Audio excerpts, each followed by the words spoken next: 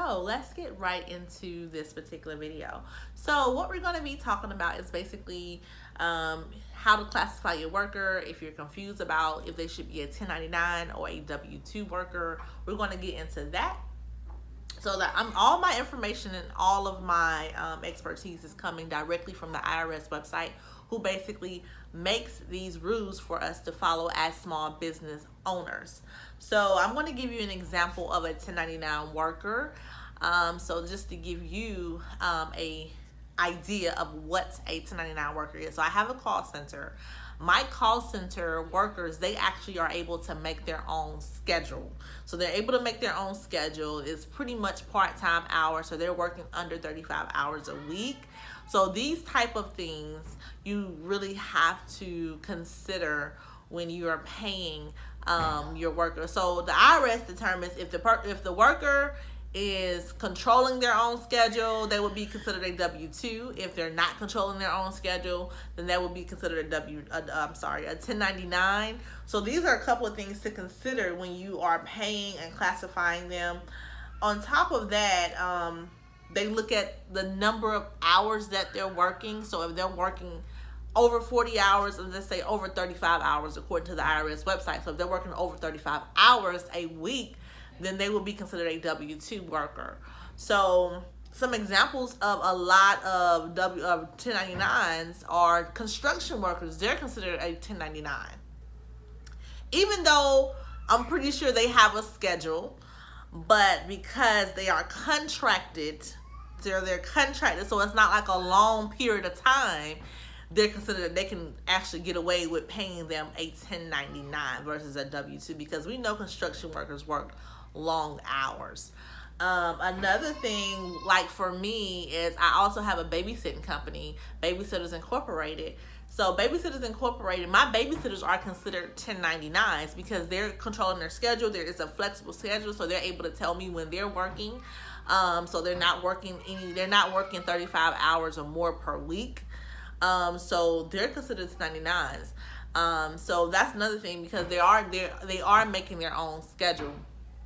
Another thing you can, and I get this with, I got a question from one of my members of my nonprofit Women in Power.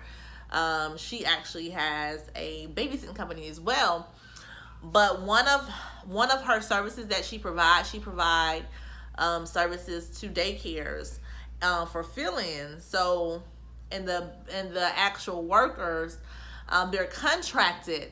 So I tell her, since they're contracted and this is on an as-needed basis, she should not be paying them W-2, because they're not long-term. They're not hired permanently. They're just contracted to work certain times for different daycares. So that's another thing. They're not working or exceeding 35 hours per week. So you just have to determine what would be better for your company. So you just have to determine that. So according to the IRS website, and I have some information pulled up here, they go off of 3 common law rules.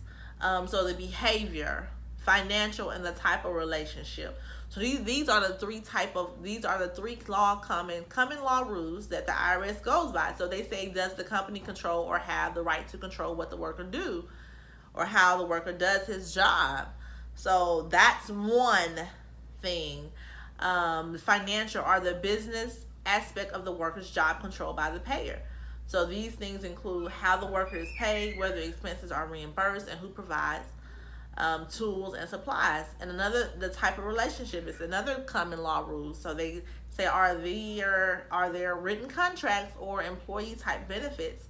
So if you're providing benefits to your employee or your worker, they'll be considered a W-2, right? Because you have to pull those things out. Like when you go to pay them, you probably even have an accountant to actually pull out or put in to their pensions or insurance, that kind of thing. So they will definitely be considered a W-2. Now, if you're not providing any benefits, that's another thing to think about. If you're not doing that, then you can possibly classify them as a 1099 if they're working under 35 hours a week. So that's another thing. So please excuse my background noise. I am actually working from home. So yeah, I just wanted to do a quick video on how to determine. So if you want more information on this to be on the safe side, you can ask questions below on this video, or you can go to the irs.gov website and you can search independent contractor, and this particular article will come up for you. So I want to thank you all for watching this quick video.